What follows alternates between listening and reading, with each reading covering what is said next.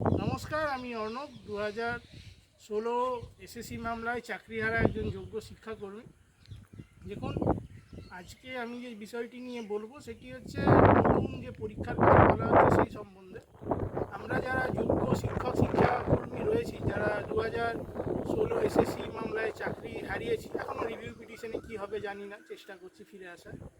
তারা কিন্তু চায় প্রত্যেকেই যে পশ্চিমবঙ্গের শিক্ষা ব্যবস্থা, বিশেষ করে মধ্যশিক্ষা ব্যবস্থা এবং উচ্চশিক্ষা ব্যবস্থা, মানে ক্লাস 5 থেকে ক্লাস 12 অবধি যে শিক্ষা ব্যবস্থাটা আমাদের রাজ্যে চালায়, সেখানে শিক্ষাকর্মী নিয়োগ হওয়া অত্যন্ত প্রয়োজন। কারণ আমরা দেখেছি স্কুলগুলি, বিশেষ করে যারা মফস্বল এবং গ্রামীণ এলাকায় যে স্কুলগুলি রয়েছে, তার অবস্থা অতি শোচনীয়। আপার প্রাইমারি স্কুলগুলোয় শিক্ষক নেই, ছাত্রের কথা বিভিন্ন জায়গায় উঠে আসে, ছাত্র নেই। কিন্তু ছাত্র সেখানে ভর্তি হবে কি করে? অভিভাবকরা কেন ছাত্রদের ভর্তি করবেন সেই সমস্ত স্কুলে, যে সমস্ত স্কুলে মিনিমাম শিক্ষক নেই? যেমন আমি একটি হাই স্কুলে চাকরি করতাম, সেখানে 2021 সাল থেকে কোনো অঙ্কের শিক্ষক নেই। সেখানে প্রায় 1300 জন ছাত্রী রয়েছে, ছিল।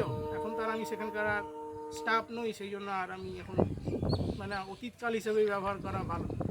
তো সেই রকম একটা শিক্ষা ব্যবস্থায় কখনো একটা সুষ্ঠু শিক্ষা ব্যবস্থা হতেই পারে না। সেখানে 1300 ছাত্রকে কোনো অঙ্কের শিক্ষক নেই, একজন বিজ্ঞানের শিক্ষক, একজন ভূগোলের শিক্ষক, একজন ইংরেজির শিক্ষক।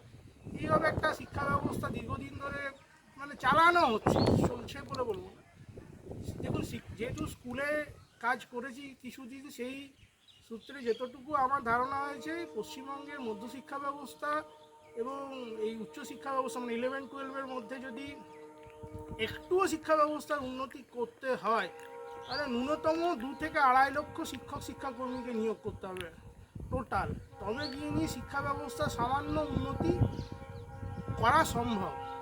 আমরা যারা শিক্ষাকর্মী যারা রয়েছি যোগ্য, তারা চাই নতুন পরীক্ষা অবশ্যই হোক। পশ্চিমবঙ্গে নতুন পরীক্ষা দীর্ঘদিন হয়নি। শেষ 2016 সালে নোটিফিকেশনে পরীক্ষা হয়েছিল, তারপর থেকে আর কোনো নিয়োগ নেই। আপার প্রাইমারি এই মাত্র 12,000 যে নিয়োগ হলো, সেখানে বোঝাই যায়নি কোন স্কুলে একজন, কোনো স্কুলে শিক্ষকই নেই, কিছুই হয়নি, কোনো লাভই হয়নি সেই শিক্ষক নিয়োগে। রিসেন্ট যে শিক্ষক নিয়োগটা হয়েছে, তাই এখানে দ্রুত শিক্ষক নিয়োগের প্রয়োজন। কিন্তু আমরা সেই পরীক্ষায় অংশ নিতে চাই না, কারণ আমরা যোগ্যতার নিরিখে একবার চাকরি পেয়েছি।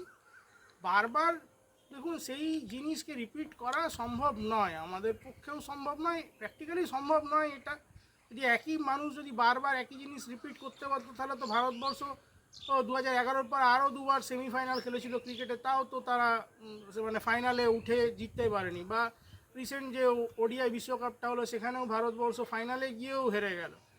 তো এমন নয় যে মানুষ তার পারফরমেন্সে কন্টিনিউ রিপিট করতে পারবে, কারণ পরীক্ষায় সে তার খাটনি রয়েছে, তার অভিজ্ঞতা রয়েছে, তার সাথে সাথে তার ভাগ্যেরও একটু মানে প্রয়োজনীয়তা থাকে। তাছাড়া কোনো পরীক্ষায় মানে সফল হওয়া বা না হওয়ার মধ্যে একটা বিভেদ অবশ্যই তৈরি হয়। কারণ আমরাও বহু পরীক্ষা দিয়েছি, তার মধ্যে থেকে এই একটা পরীক্ষায় কোনোভাবে পেয়েছি, এমন নয় যে আমরা প্রতিটা অনেক পরীক্ষা লাগিয়েছি তার মধ্যে থেকে পেয়েছি।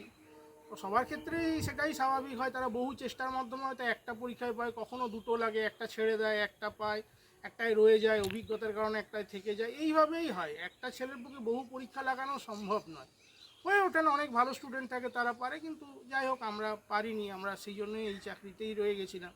দীর্ঘ 7 বছর চাকরি করেছি, তারপরও আমাদের চাকরি চলে গেছে। যাই হোক, সেটা কথা নয়।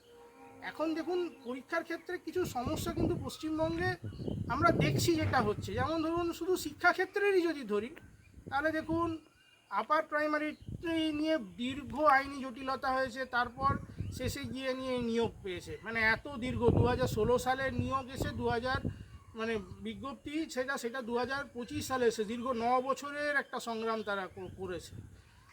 আর 2022 সালের প্রাইমারি টেট এখনও সেই প্রশ্ন ভুলের মামলায় পড়ে রয়েছে, নিয়োগের কোনো বিজ্ঞপ্তি নেই। যেখানে গৌতম বাবু যখন এলেন, তিনি কথা দিয়েছিলেন যে প্রতি বছর টেট হবে, বছরে 2বার করে নিয়োগ হবে, তার কোনো ফলই আমরা দেখতে পেলাম না। 2022 সালের ডিসেম্বর মাসে বিজ্ঞপ্তি বেরিয়েছিল, পরীক্ষা হয়েছিল, ফেব্রুয়ারি মাসে তার রেজাল্ট বেরিয়েছিল। 22-এর থেকে 25, 3 বছর হয়ে গেল, এখনও তার নিয়োগেরই বিজ্ঞপ্তি বেরোয়নি। তাতে যারা সেই সময় যারা বিএড ছিল, তাদেরও আর পরীক্ষায় বসার বর্তমানে সম্ভাবনা কম। মানে এত জটিলতা তৈরি হয়ে রয়েছে সালের প্রাইমারি টেট পরীক্ষা হলো, তার এখনও অবধি রেজাল্টই বেরোতে পারলো না। এই হচ্ছে পরিস্থিতি। আইসিডিএসে আমরা দেখলাম দীর্ঘ আইনি জটিলতা চলেই যাচ্ছে, এখনও তার কিছু অংশ আইনি জটিলতার মধ্যে ফেঁসে রয়েছে।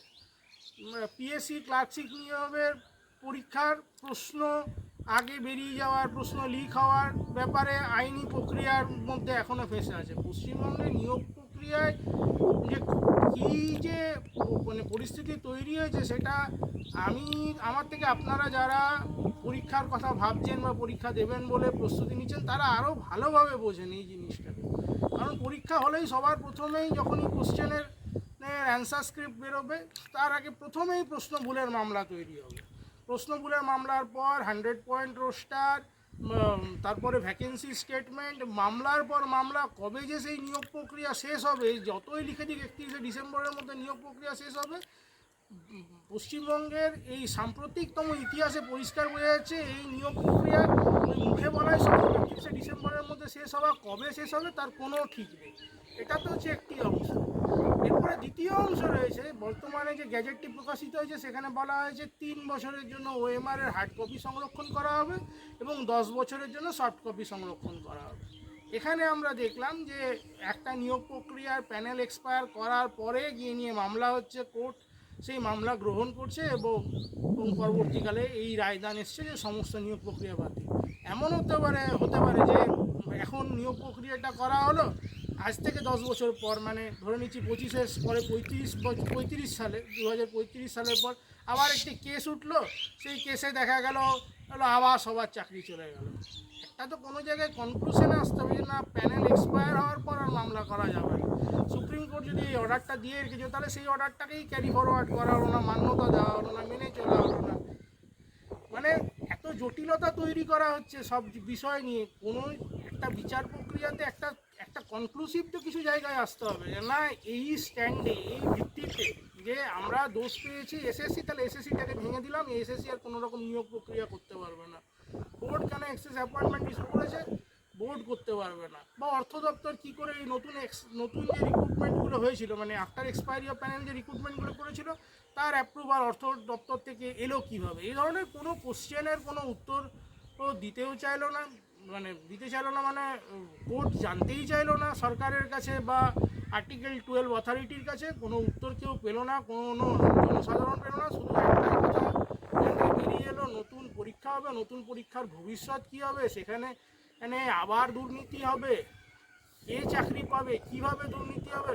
দুর্নীতির তো প্রকারভেদের কোনো অভাব নেই। এবার দেখা গেল কোশ্চেনই পৌঁছে দেওয়া হলো কারোর বাড়িতে, এমনও তো হতে পারে।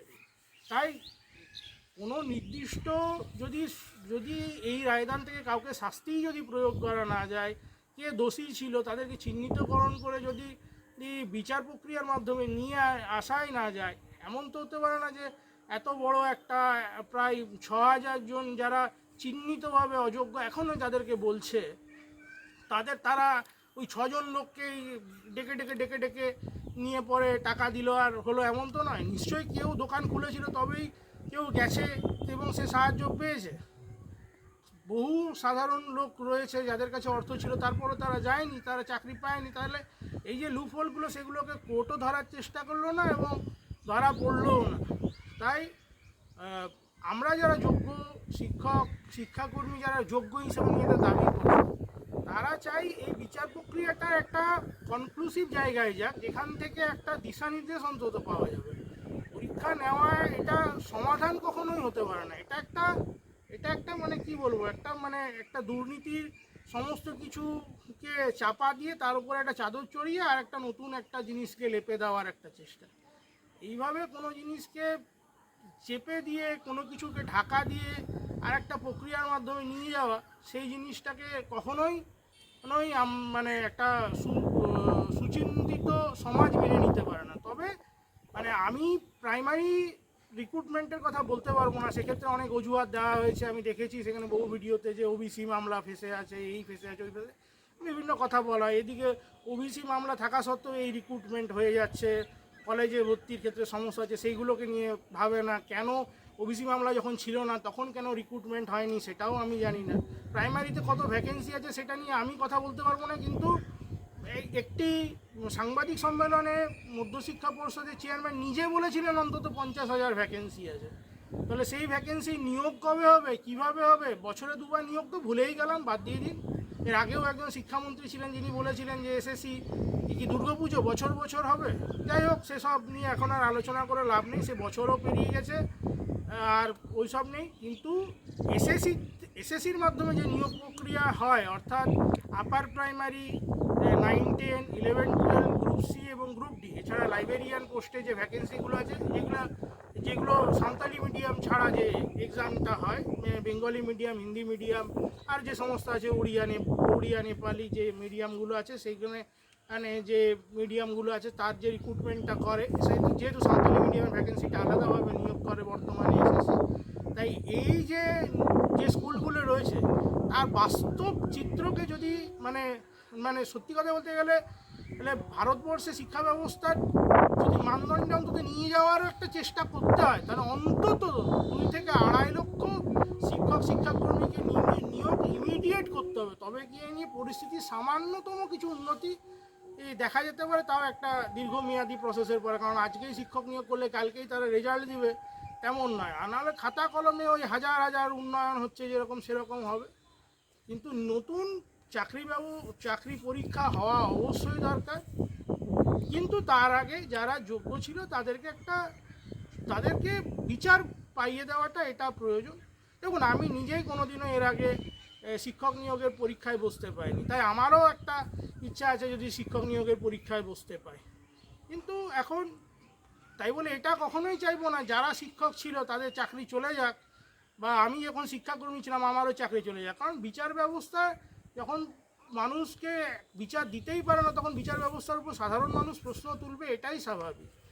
আর তুমি আমাকে কোনোভাবেই দায়ী করতে পারলে না যে আমি ইন্ডিভিজুয়ালি আমি কি দোষ করেছি, তার কোনো প্রমাণ নেই, কারো কাছে প্রমাণ নেই, না এসএসসির কাছে আছে, না বোর্ডের কাছে আছে, না সিবিআইয়ের কাছে আছে, না অন্য কোনো তদন্তকারী সংস্থার কাছে আছে। তারপরেও শুধুমাত্র তোমার একটা ধারণা তৈরি হলো যে এটা ইনস্টিটিউশনাল ফ্রড হয়েছে, তার জন্য তুমি যার বিরুদ্ধে কোনো অভিযোগ নেই তাকেও তুমি শাস্তি দিয়ে দিলে, আর তারপরেও তুমি বিচার ব্যবস্থার কাছে যে আশা করতে পারবে না যে সেই বিচার ব্যবস্থা তোমাকে বিচার দেবে। তাহলে সেই ধরনের একটা মানে কি বলবো, এই ধরনের দেশের কাছ থেকে মানুষের কাছে আর কোনো প্রত্যাশাই থাকে না। তবে আমার ব্যক্তিগত মত, অবশ্যই পরীক্ষা হোক, কিন্তু নতুন যারা আছে তাদের জন্য ভ্যাকেন্সিটাও বাড়ানো হোক, তাদের চাকরি হোক। নতুন যারা পরীক্ষার্থী রয়েছে দীর্ঘদিন ধরে তারা আশায় বসে আছে, কিন্তু যোগ্যরা তাদের বিচার পাক। ধন্যবাদ, নমস্কার।